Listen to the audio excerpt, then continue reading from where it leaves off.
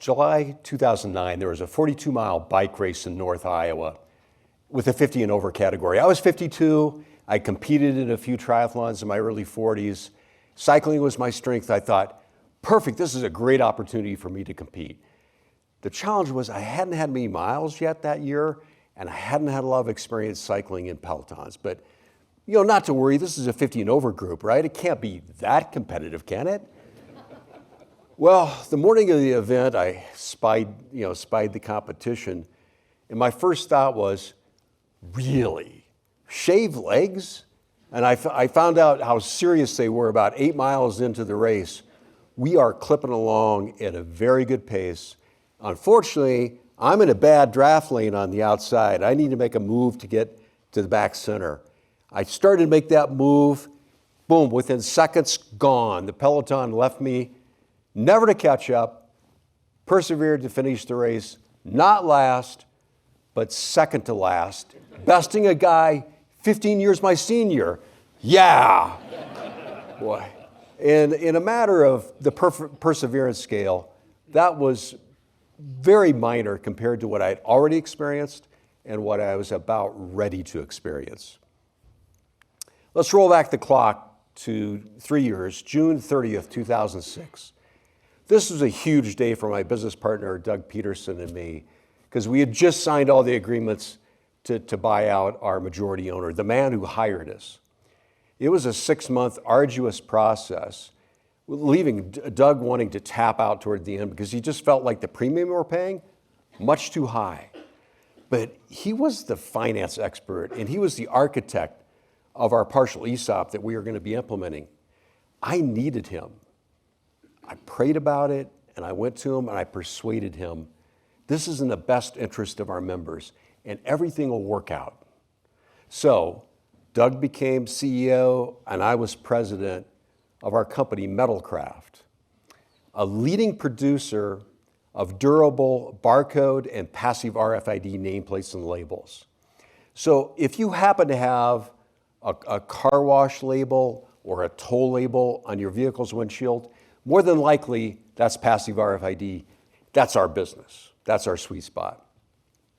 So Doug and I, we're pumped up. We're off and running with the business, having no idea of the personal and professional obstacles that we are about ready to face. The first one, just 2 years after we had the buyout, Mason City had a massive historic flood, leaving 5 feet of water on the first floor of our 3-story building. It was an incredibly helpless feeling to see that water rise, and I almost saw the business flash before my eyes. But fortunately, our offices were located on the 2nd floor. Most of our manufacturing was on the 2nd and 3rd floor, so there's no damage there. The floodwaters receded quickly, and within a few weeks, we're kind of trending toward normalcy, with the exception of the 1st floor. It was a total mess, and it took us about 3 months to clean up. This started us thinking about a new facility, a better one that would give us more capacity and certainly much better manufacturing flow than this. But hold that thought, because no sooner than we had cleaned up, orders started shutting down and the recession caught up with us. So I'm thinking, great, flood, recession. It's a little late for me to go to Doug and say, God, I'm sorry I talked you into this, and that premium we paid was pretty high. But we led and managed the business very well, remaining profitable throughout the recession, in part because we have a diverse customer base, as well as RFID was gaining some traction. And in fact, by June 2009, business was picking up, but that's when Doug, who had lived with juvenile diabetes since he was age 12, informed me that he had been diagnosed recently with another disease, multiple sclerosis. Now, at the time, I didn't know much about MS, but that coupled with diabetes couldn't be good. That was a gut punch for me, because I had so much respect and love for him as a good friend and as a leader of the company. But he committed to continue to lead the company through our fiscal 2012 as planned, at which time I would become CEO. Fast forward just 2 years later, we're driving to our daughter's high school graduation party, and I'm fidgeting with my contacts. It's just, my vision is just not zoned in. It's really weird. So my eyes aren't tracking.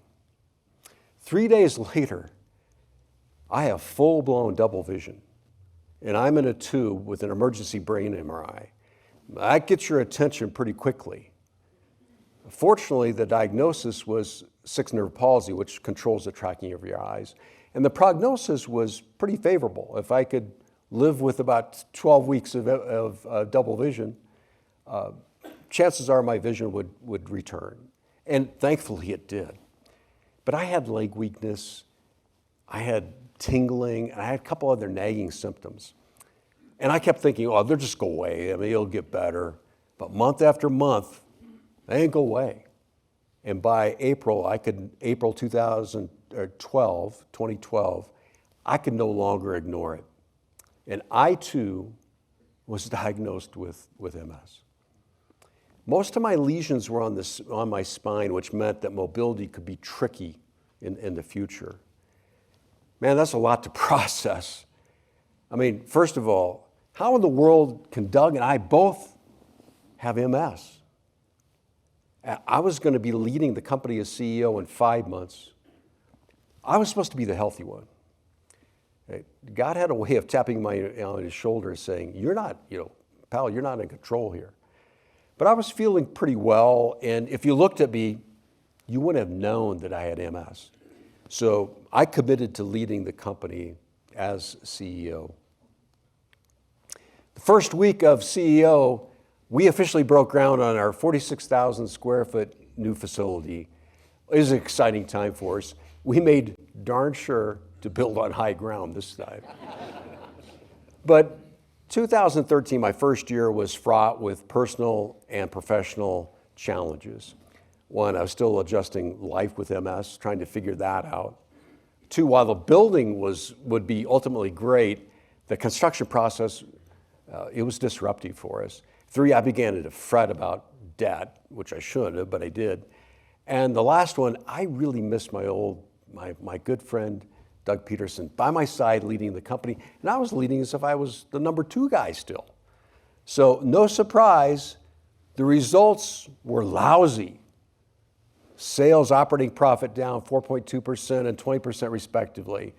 Cash down 53%, debt up $3.25 million. Now, to be fair to me, of course, cash and debt, we're going to trend that matter. We're building a building. But when our debt load was north of $4 million on sales of $11.5 million, it had my full attention. Our 80 members deserve better. So I had 2 choices.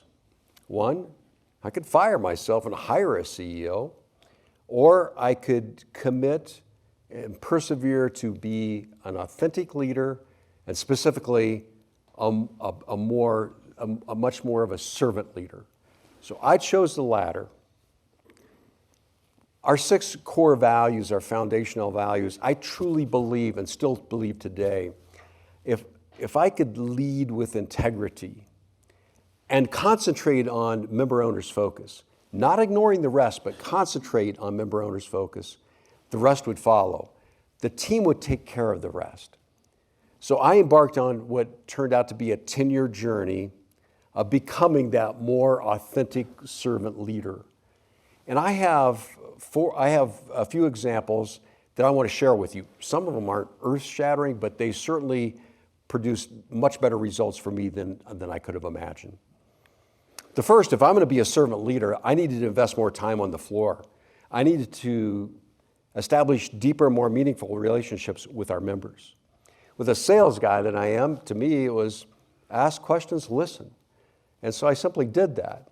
And I learned a lot. And invariably, most of the conversations would evolve into business. And I was also encouraging them and empowering them to think and act as the owners that they were. Not everybody connected with me. And I got that. I was a little choppy. It wasn't always smooth. But that didn't deter me. You know, I shared a lot of laughs, a lot of celebrations, and I was there to comfort them when they needed it. So the greater the time I invested, the deeper the relationships and the greater respect I had for our team. You know, wellness has always been an initiative for our company for many years. I'm embarrassed to say, prior to MS, my attitude was, do we really need to spend time at this? I mean, isn't this personal responsibility? But after MS, different perspective. And I was definitely bought into mind, body, and spirit. On the left, I met Shay Coleman, and he was a massage therapist, personal trainer, met him in 2014. He put together a wonderful program for me, which I'm convinced prolonged my mobility. So after 2 years of working with Shay, my thought was, let's bring this to the team. So Shay and I jointly developed this program of providing mobility and massage therapy to our team. So Shay would initially spent 3 days a week on site, a few hours each session, providing mobility training and massage therapy. At the time, it was a big investment for us. So after a year, I wanted to find out, is this thing working? So we surveyed those members taking advantage of it.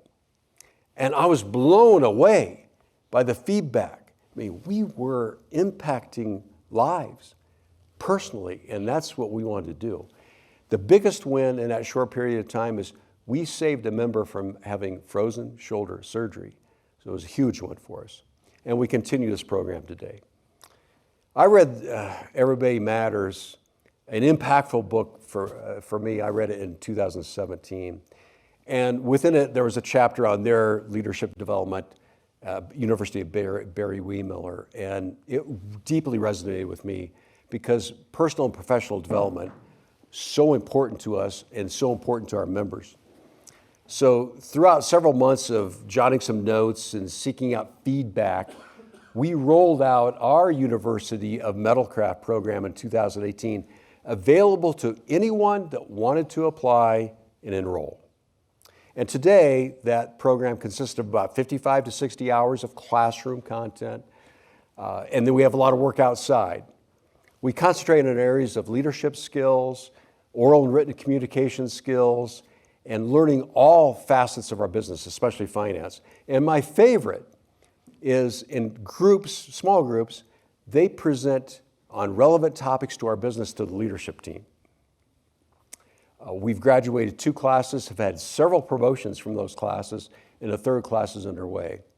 Now, I might add, the class is pretty serious here, and we had to be talking about finance. So the last one is something that is very meaningful to our members, is ownership and profits are shared with our members. And to me, I'd always had this goal that I wanted to see our members retire well. And we're trending in that direction through the ESOP and our 401k. So with the ESOP, our average annual contribution is just a shade under 10% at 9.94%. Okay, but on top of that, since the inception of our ESOP in 2007, our share price has grown at a 14% CAGR. So members that have been involved in the ESOP and been with us for 10 years plus, they're seeing exponential growth in their ESOP balances.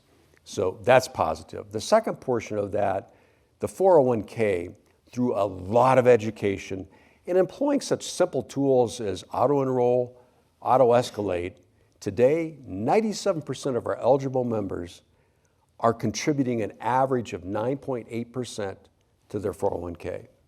So this coupled with the match and the ESOP, a total of 21.24% is being directed to retirement.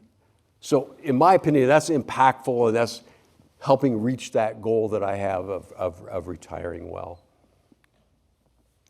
I realized back in 2017, especially with my health as a wild card, and I had a major MS relapse in 2017, that we implemented an intentional and comprehensive CEO succession plan.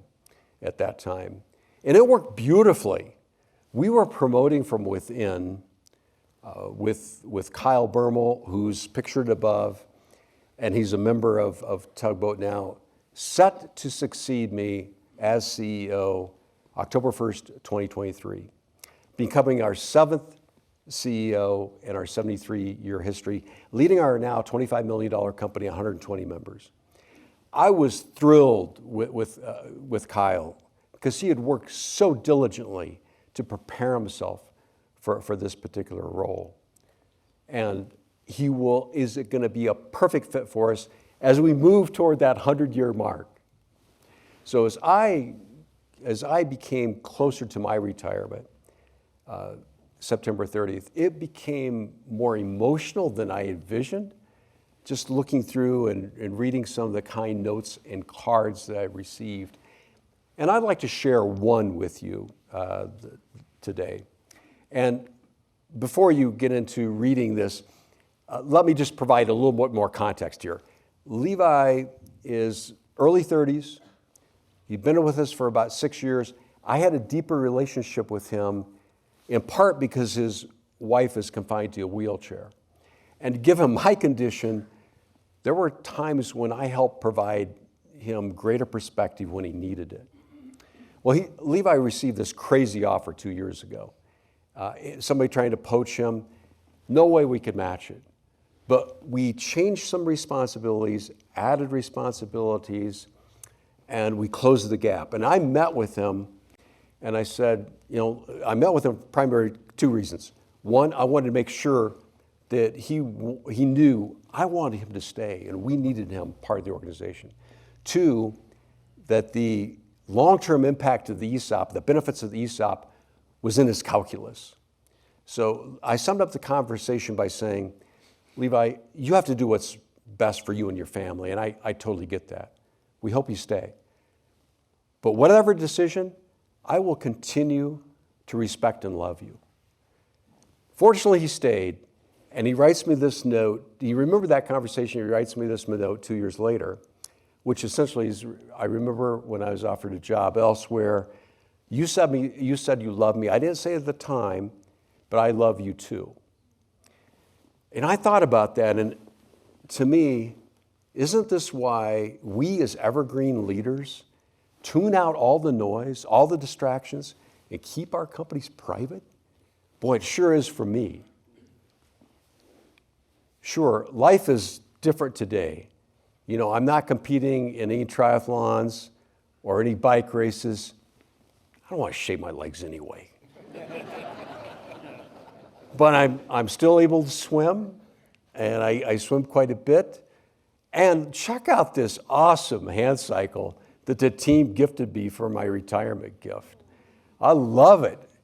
And I've got 750 miles on it already in a few months. More miles than I had, by the way, preparing for that bike race in 2009. With MS, I grieved all the things I couldn't do any longer. But on the flip side of that ledger, there's no question. It helped me become a better leader and certainly a more empathetic leader. Additionally, I'm in the process of setting up my foundation intended to help initially North Iowans suffering with MS, providing them financial resources for physical therapies that I've used they can't afford. Yeah, I have my days. I have maybe too many tough days physically and mentally. It's just not going well. And it's frustrating. But I try to keep 3 people in mind as I'm going through these days. 1 is Jesus Christ. He died for me. 2 is my dad. He fought in the Battle of the Bulge at age 19. What the heck was going through his mind? And then there is my beautiful wife of 45 years. Through this last 12 years, she's never wavered, providing me unbelievable support. And, she's the eternal optimist. Regardless how grumpy I am and I don't want to hear it, she continues on that path. And I think in reality, being the caretaker is tougher than having the disease. So with my whole family support is tremendous. And it really does help me truly keep persevering one step at a time. Thank you very much.